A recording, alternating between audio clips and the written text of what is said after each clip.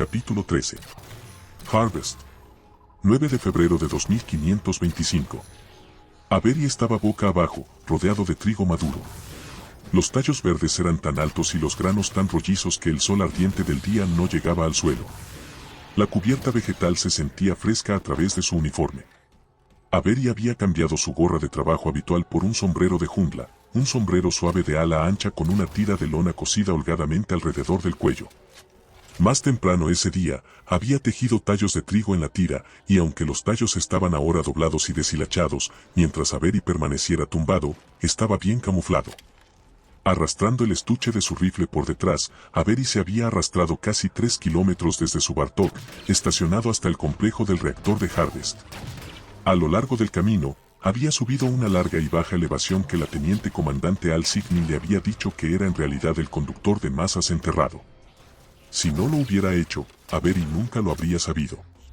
Para mantener el dispositivo oculto a los ojos de los alienígenas, los Jotun de Mac habían cubierto la cuesta con cuadrados de tierra y trigo vivo extraído de otros campos. En total, el arrastre le llevó a Avery más de 2 horas. Pero se había centrado en el sigilo, no en la velocidad.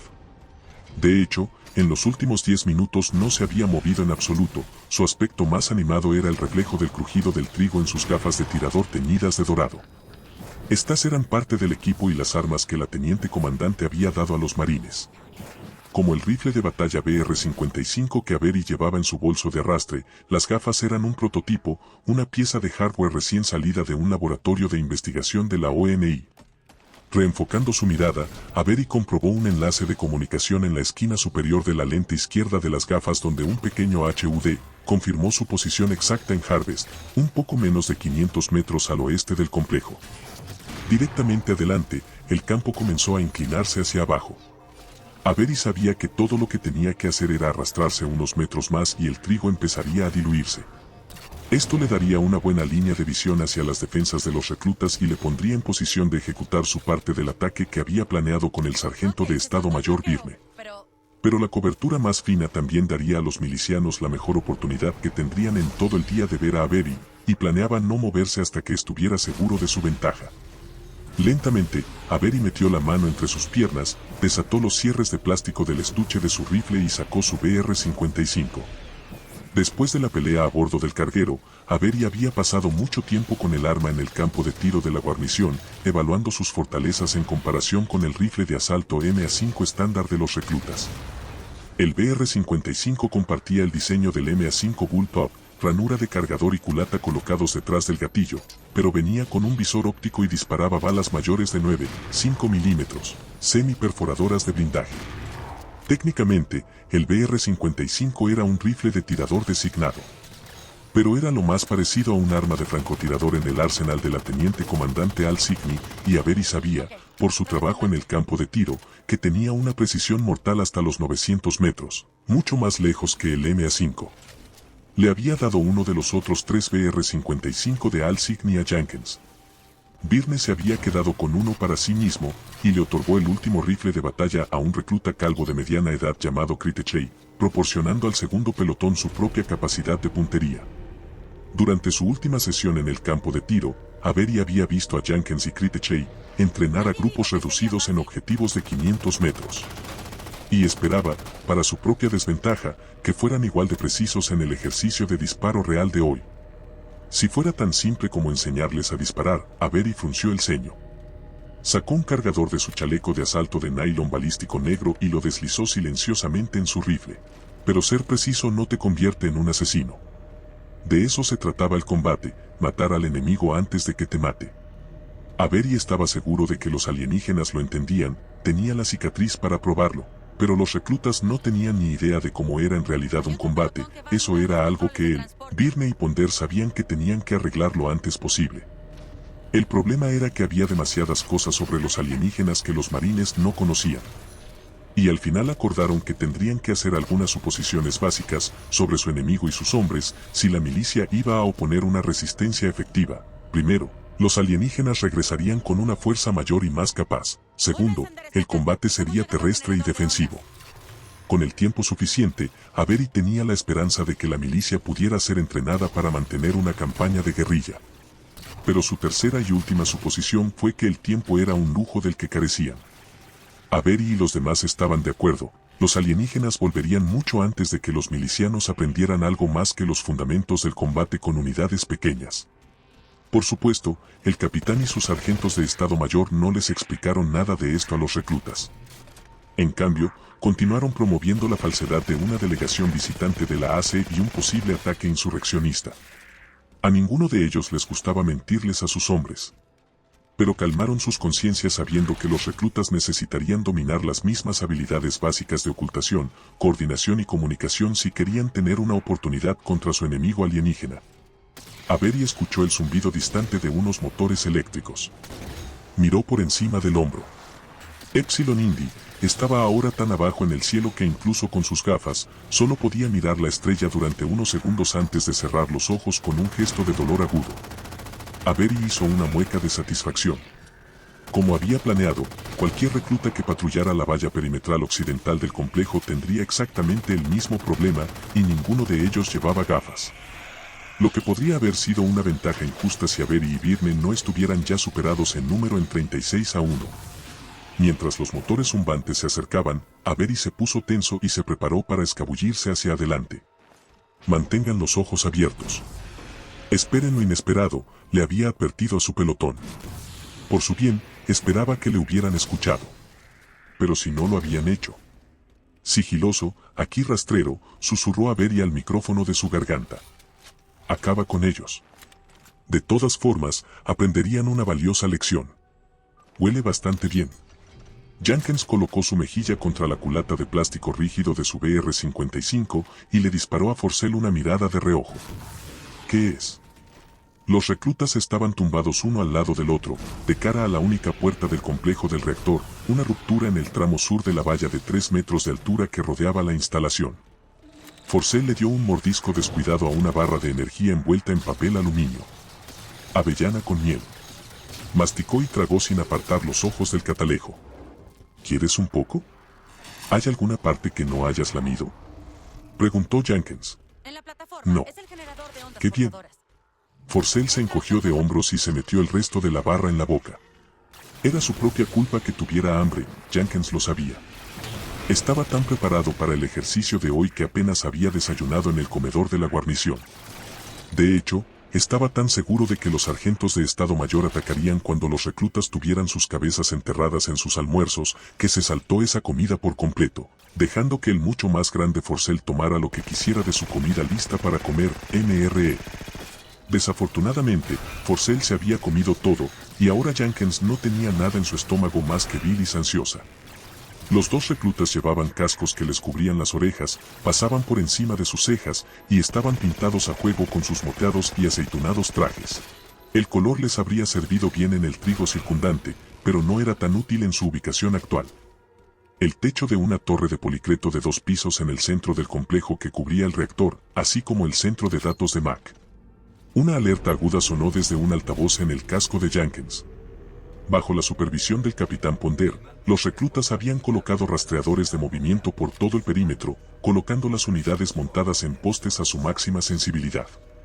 Mientras esto les daba cobertura más allá de los 1000 metros, los rastreadores seguían haciendo sonar fantasmas, enjambres de abejas, bandadas de estorninos y ahora un despliegue de Jotun fumigadores.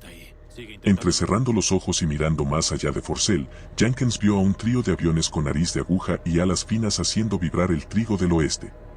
Los fumigadores habían estado haciendo largos pases serpenteantes todo el día, rociando un revestimiento de fungicida. Pero este era su paso más cercano hasta ahora.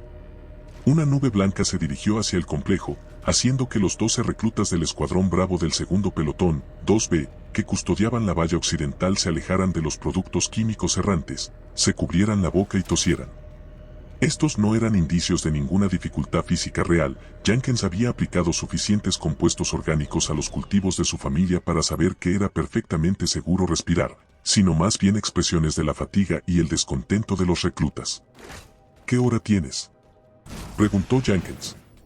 Forcell entrecerró los ojos a Epsilon Indi. Las 16:30. Más o menos. Casi es el atardecer, pensó Jenkins. ¿Dónde diablos están? Las reglas del ejercicio eran simples, Para ganar, cada lado necesitaba eliminar a la mitad del otro. Esto significaba que Jansen y Byrne tendrían que eliminar a 36 reclutas, mientras que los reclutas solo tenían que neutralizar a uno de ellos. Con las probabilidades tan apiladas en contra de los sargentos de Estado Mayor, parecía probable que intentaran atacar pronto, antes de que los reclutas se acomodaran. Cuando los dos se habían retirado de la puerta del complejo en su Bartok, poco después de las 9, los reclutas se habían dividido rápidamente en sus escuadrones, 3 en cada pelotón, y se habían apresurado a asegurar diferentes sectores del complejo. Junto con el resto del escuadrón 1 Alfa, 1A, Jenkins y Forcell se habían apresurado a tomar la torre del reactor. La estructura erosionada por el clima se parecía un poco a un pastel de cumpleaños. El segundo de sus 2 pisos circulares tenía un diámetro más pequeño que el primero y estaba rematado por un grupo de antenas parecidas a velas para el máser de Mach y otros dispositivos de comunicación. La torre era el único edificio sobre el suelo en el complejo, y el único edificio en cientos de kilómetros en todas las direcciones. Jenkins y Forcell habían subido 2 series de escaleras hasta el techo del segundo piso y se habían tumbado, la postura más estable para disparar, si podías permitirte la pérdida de movilidad. Apoyando su BR-55 en su mochila para un apoyo adicional, Jenkins había llegado a la mira de su rifle justo a tiempo para ver al Bartok, de los sargentos de Estado Mayor salir del camino de acceso pavimentado del complejo del reactor y dirigirse al sur por la autopista hacia Utgard.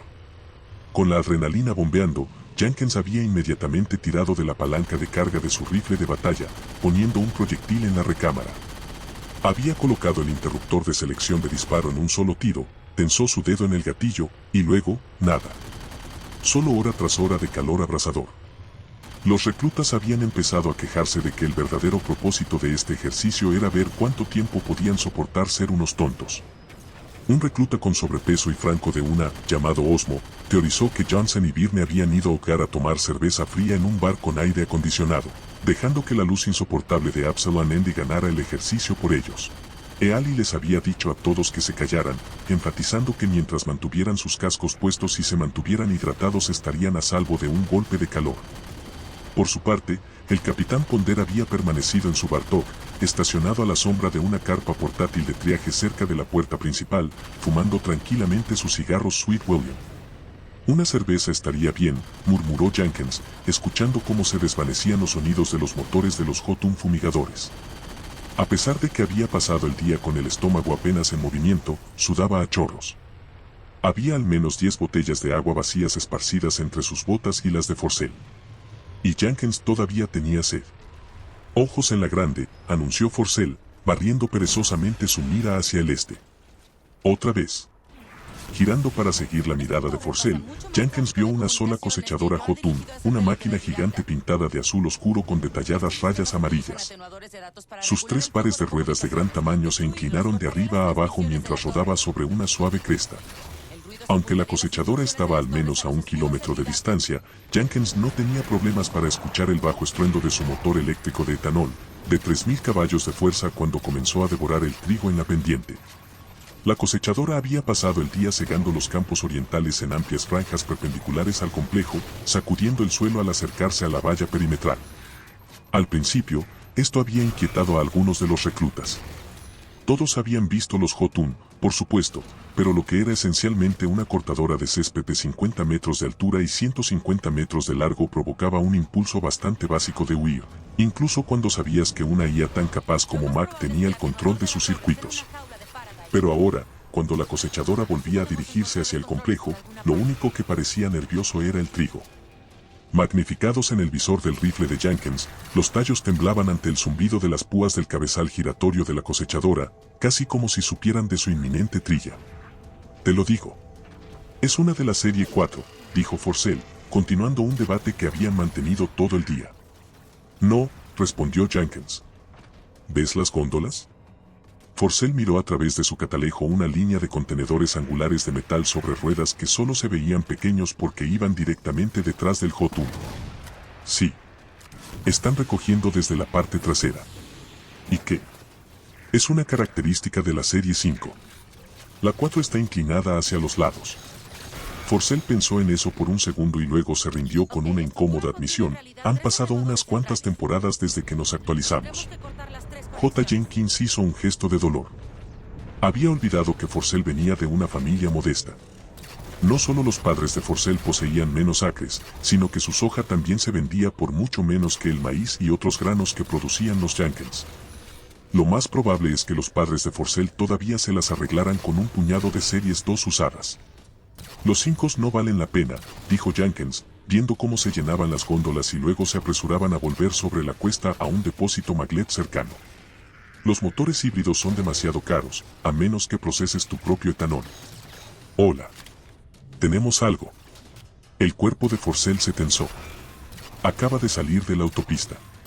Jenkins se realineó hacia el sur. Un solo vehículo, un taxi verde y blanco, se acercaba al complejo a alta velocidad. Por un momento desapareció por una pendiente en la carretera de acceso. ¿Crees que son ellos?, preguntó Forcell. No lo sé. Jenkins tragó en seco. Mejor da el aviso. Todos los escuadrones. Se acerca un vehículo. ¿Es una broma, Forcell? Stisen gruñó por el comunicador. Byrne había ascendido al agente de pelo oscuro al líder de escuadrón del 2A y le había asignado la guardia de la puerta del complejo. Hace demasiado calor para cualquiera de tus mierdas. Compruébalo tú mismo, instó Jenkins. El tramo final de la carretera era completamente plano, una recta de pavimento curvado hasta la puerta. Incluso sin ampliación, el sedán era imposible de pasar por alto. Miren bien. Stisen le gritó a su escuadrón, sentado en 2 grupos calcinados por el sol detrás de las barreras de arena a cada lado de la puerta. Das, cúbreme. Jenkins escuchó movimiento en el techo del primer piso, justo debajo de su posición. De pie, muchachos. Das gritó. El líder de escuadrón del 1A tenía un poco de sobrepeso, pero también era muy alto. Como resultado, el ingeniero de maglev de mediana edad no se veía tan gordo sino más bien grueso. Preparen las armas. Mi rifle. Osmo se quejó. No carga. Cada vez que Osmo se estresaba, su voz cambiaba a un tono infantil. Normalmente esto hacía reír a Jenkins, pero no ahora. Saca tu cargador y luego vuelve a fijarlo, dijo Das. Asegúrate de que entra hasta el final. Jenkins escuchó el raspado de metal sobre metal, luego el exitoso golpe del perno de un rifle. Lo siento, Das. Está bien. Pero tienes que calmarte. Concéntrate.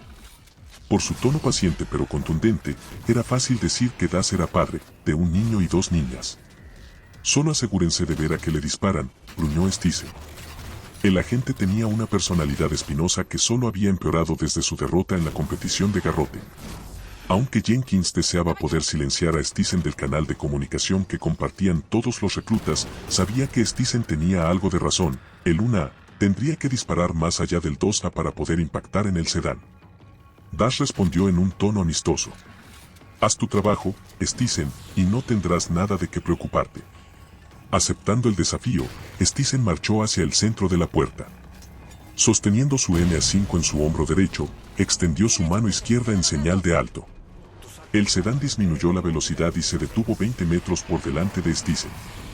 Por unos segundos, todos los reclutas simplemente miraron la distorsión de calor que salía del techo del vehículo. Fuera del vehículo. Ahora. Stisen ladró, nivelando su arma contra el parabrisas. Pero las puertas del sedán permanecieron cerradas. Jenkins sintió su corazón latiendo en su pecho. ¿Térmicos? Le susurró a Forcell, esperando que la óptica más sofisticada del catalejo pudiera confirmar si alguno de los sargentos de Estado Mayor estaba en el sedán. Negativo, respondió Forcell. Todo está en blanco. El exterior está demasiado caliente. Primer equipo. Stisen ladró. Muévanse. Jenkins vio a 4 reclutas salir de detrás de la berma oeste y caminar con cautela a través de la puerta. Los MA5 estaban bien agarrados a sus hombros. Rodearon el sedán, 2 a cada lado. Burdick. Rompe la puerta. Stisen le hizo señas a uno de sus hombres para que avanzara. Jenkins respiró hondo e hizo lo posible por relajarse en su arma. Mientras exhalaba, dejó que la retícula de su mira se detuviera donde supuso que estaría la cabeza del conductor cuando saliera. Por alguna razón, se imaginó la cara del sargento de Estado Mayor Byrne sonriendo en su punto de mira. Burdick estiró la mano hacia la puerta, pero justo cuando lo hizo, las puertas de ala de gaviota del sedán se abrieron de golpe. El recluta tuvo un momento para recular, pero no el suficiente para gritar de sorpresa cuando el sedán explotó en un destello de vapor blanco. Instantáneamente, Burdick cayó al pavimento, al igual que otros dos de los reclutas que lo flanqueaban. Cada uno de ellos estaba salpicado de rojo brillante, como si le hubieran disparado con metralla. Claymores. Gimió el único superviviente. Se alejó del sedán, arrastrando una pierna lisiada detrás de él. Todo el mundo atrás. Stisen gritó al resto de su equipo mientras colocaba el brazo del recluta sobre sus hombros y lo arrastraba dentro de la puerta. El líder del escuadrón disparó una ráfaga con una sola mano contra el parabrisas del sedán, pero en lugar de romperlo, lo tiñó de rojo, el mismo color vibrante de las heridas aparentemente mortales de los reclutas. Para el ejercicio, el MA5 de cada recluta estaba cargado con balas de entrenamiento táctico, TTR. Estas balas tenían una cubierta de polímero plástico para ayudar a mantener la velocidad y la trayectoria de la boca del cañón, para emular, en la medida de lo posible, la balística de las balas letales. Pero cada TTR también contenía un fusible de proximidad que disolvía su caparazón, convirtiéndolo en una inofensiva mancha de pintura roja cuando estaba a menos de 10 centímetros de cualquier superficie. Inofensiva pero no inerte, se recordó Jenkins. La pintura era a la vez un poderoso anestésico táctil y un reactivo que actuaba sobre las nanofibras tejidas en los uniformes de los reclutas, haciendo que las fibras se endurecieran cuando se saturaban. Traducción: cuando te daba, te desmayaba y te congelas. Una sola TTR en cualquier miembro lo haría inútil. Múltiples disparos en el pecho harían que todo el uniforme se endureciera, simulando una herida mortal. Burdick y los otros reclutas caídos habían sido golpeados por docenas de TTR de las Claymores, cajas de plástico negro atornilladas al interior de las puertas del sedán, ahora cubiertas con la condensación de su propelente de CO2. ¡Alto al fuego! Eali gritó mientras corría al lado de Burdick, con el botiquín en la mano. El recluta había recibido lo peor de la explosión, estaba tieso como una tabla y había caído de espaldas. ¿Cómo está él, doctor?, preguntó Ponder, bajando de su bartó. Eali sacó un bastón de metal azul del botiquín y lo pasó por encima de la sección media de Burdick. Los circuitos dentro del bastón relajaron las nanofibras de su uniforme y el médico pudo sujetar al recluta bajo los brazos, tirar de él hacia el sedán y apoyarlo contra la rueda delantera del conductor. «Vivirá», dijo Eali sarcásticamente. Le dio una palmadita a Burdick en el hombro y puso su MA5 en su regazo. Luego se dirigió hacia los otros reclutas caídos. Jenkins dio un suspiro de alivio. Sabía que estarían bien, revivirían fácilmente al final del ejercicio. Pero el ataque había parecido muy real. Jenkins podía imaginar fácilmente una escena mucho más espantosa si el sedán hubiera contenido explosivos de los simios. Estaba a punto de compartir sus pensamientos con Forcell cuando Andersen, el recién nombrado líder de escuadrón del 1B, gritó: «La cosechadora no está virando». Jenkins se movió hacia el este y vio a Andersen y al resto de su escuadrón retirarse de la valla. El imponente Jotun había pasado su línea de pivote habitual y se estaba abriendo paso hacia el complejo. Cuando la cosechadora llegó a una gruesa franja de arcilla que bordeaba el campo, su cabeza giratoria se clavó en el suelo endurecido y se trabó con un chasquido audible de las correas dentadas. Pero el Jotun no se inmutó. Simplemente levantó la cabeza inutilizada sobre sus brazos hidráulicos y siguió rodando hacia la valla. Los postes de acero y los eslabones de cadena galvanizados se arrugaron bajo el primer par de neumáticos de la cosechadora, y luego se retorcieron alrededor de los ejes.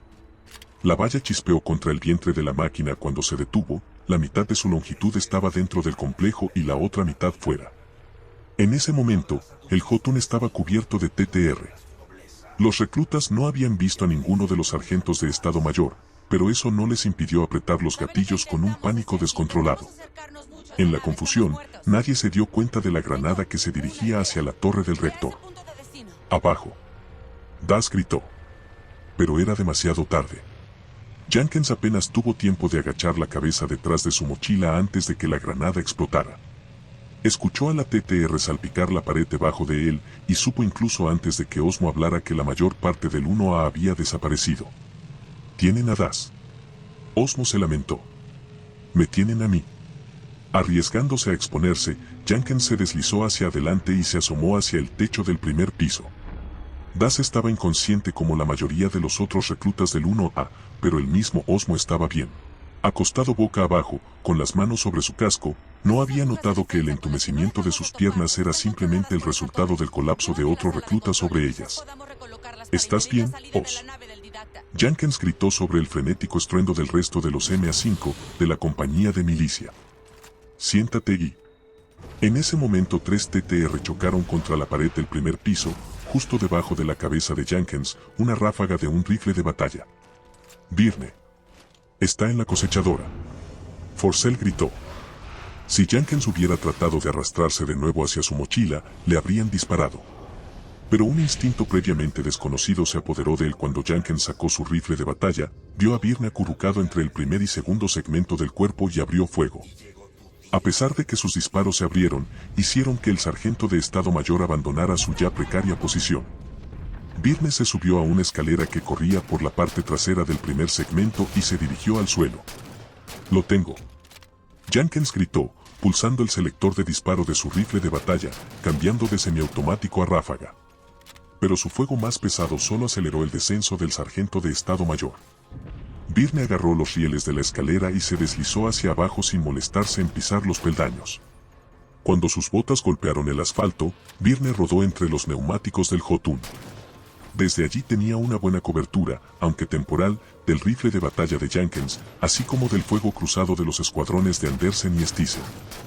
«¡Al diablo con eso!», gritó el líder del escuadrón 2A, mientras las TTR del rifle de batalla de Byrne rociaba los sacos de arena cerca de la puerta. «Crittechray». Stisen ordenó. «Ven al frente». Jenkins apretó los dientes. No le hacía ninguna gracia que Stisen le reclamara directamente en el canal de comunicación. Y además, Crittechray y su observador estaban instalados en el extremo norte del tejado del primer piso y se suponía que debían cubrir la espalda de Jenkins. «He dicho que lo tengo», replicó Jenkins, lanzando una ráfaga contra el neumático del Jotun. «Cállate, Jenkins», rugió Stisen. «Crittechray. Responde». Pero el tirador del segundo pelotón no dijo nada. «Forcell, comprueba tu comunicador», gritó Jenkins. La tableta de comunicaciones de cada recluta monitorizaba constantemente sus signos vitales. Si uno de ellos caía, la pérdida se registraba en la red local. «Crittechray se ha ido», replicó Forcell, con voz de asombro. «También lo está todo el 11. ¿Qué? Hemos perdido a todos los de la valla occidental». Jenkins vio como el rifle de batalla de Byrne salía de las sombras bajo el Jotun. Uno de los reclutas del 1A gritó mientras caía. «Tienen que ser cerca de 30 bajas», pensó Jenkins con tristeza. Disparó 2 ráfagas más, luego se puso de costado e intercambió los cargadores. «Stisen, nos dirigimos a la parte de atrás». «No, maldita sea», maldijo Stisen. Luego le habló al líder del escuadrón del 12, encargado de custodiar la esquina noreste del complejo, Abel. «Muévete al oeste. Tiene que ser Johnson». El mero hecho de escuchar el nombre de su sargento de Estado Mayor hizo que a Jenkins se le revolviera el estómago. Él y el resto de los reclutas se habían pasado el día quejándose del calor, sin saber que estaban descansando entre las fauces de una trampa bien tendida. Ahora, con Byrne firmemente atrincherado y Johnson presionando, era solo cuestión de tiempo que los reclutas fueran aplastados. «¿Oz?», preguntó Jenkins, poniéndose de rodillas. «¿Sigues coleando?». «Sí. Tienes buena altura. Puedes mantener a Byrne inmovilizado. Pero solo hazlo, Osmo». Jenkins tocó a Forcell en el hombro. Se miraron fijamente, y Jenkins sabía que Forcell estaba pensando exactamente lo mismo. Cuando estás atrapado en una trampa, luchas para salir.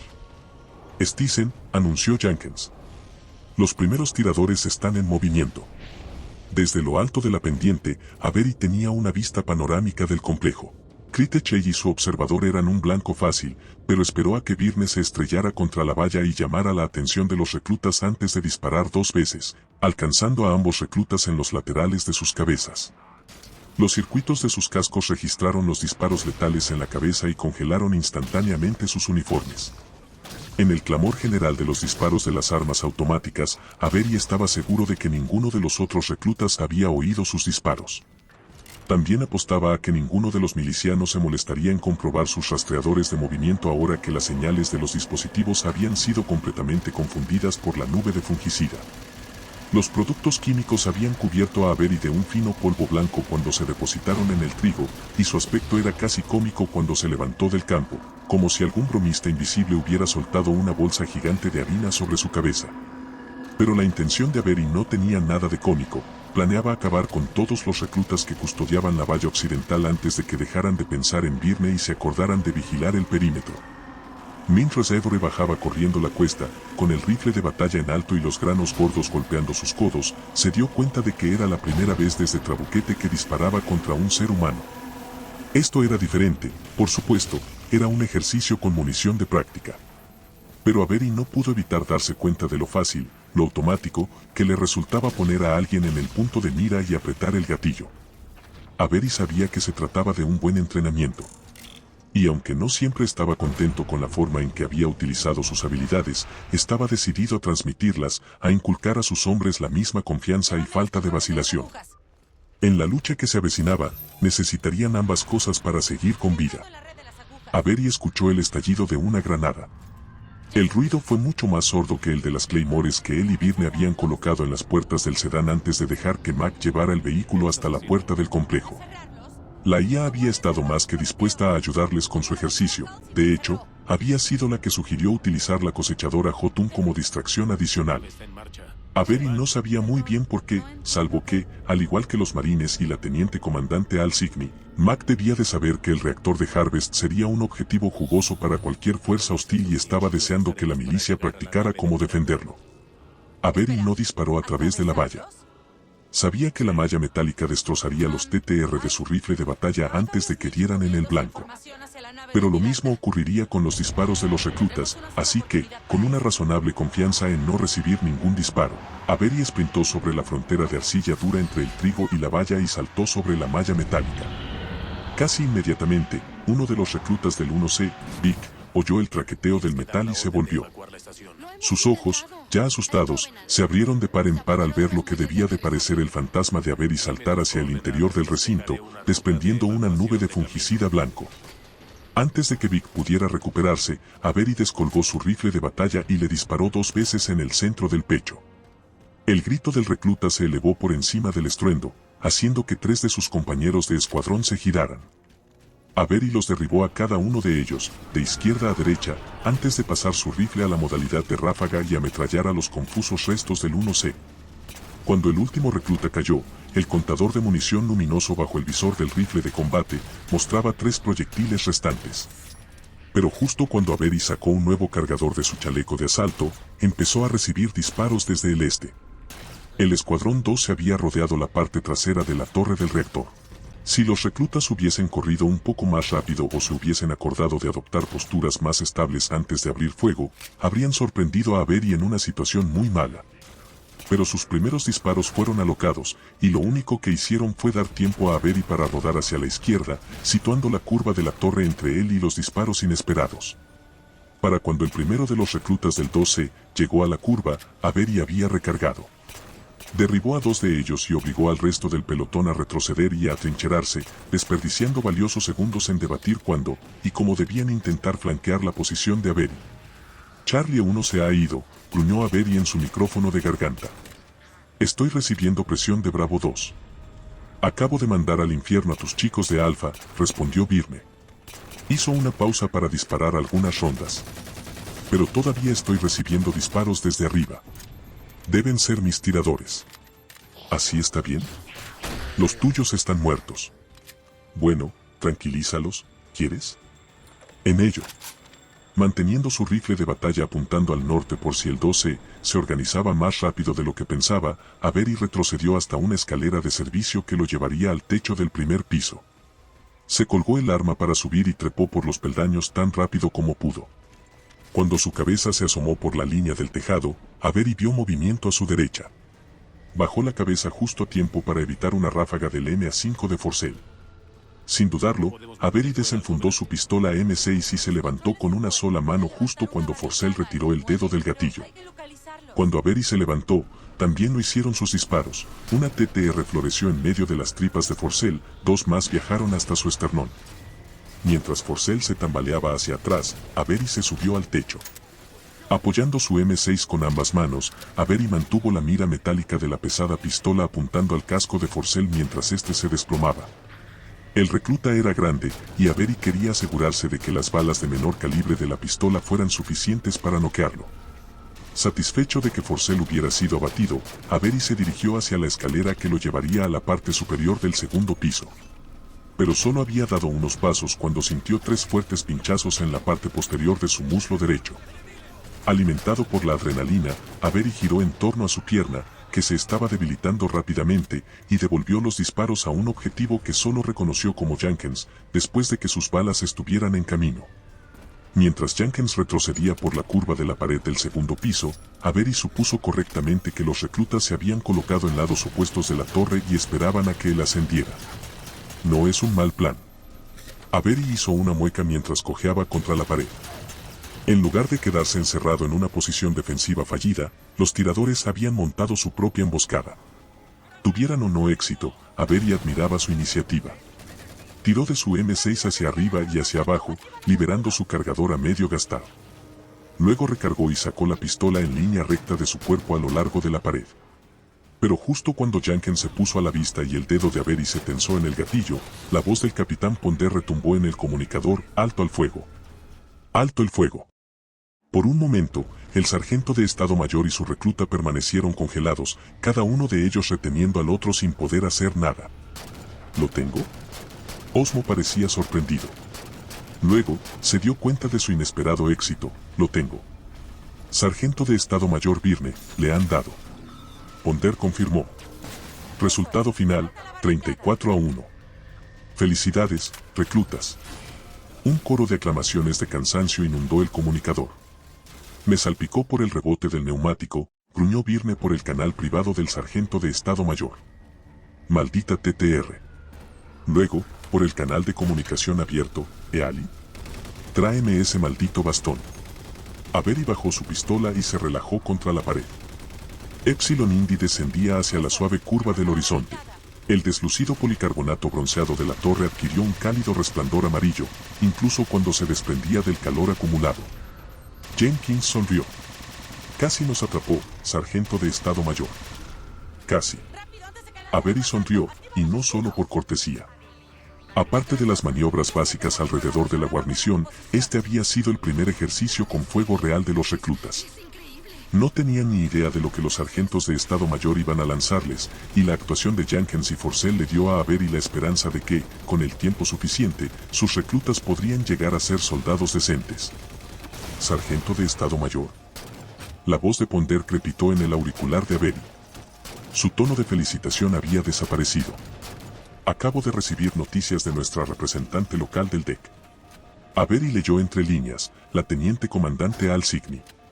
Su columna vertebral se puso rígida al igual que su pierna. «¿Los delegados que esperábamos?», continuó Ponder. «Ya están aquí. Y han traído una nave mucho más grande».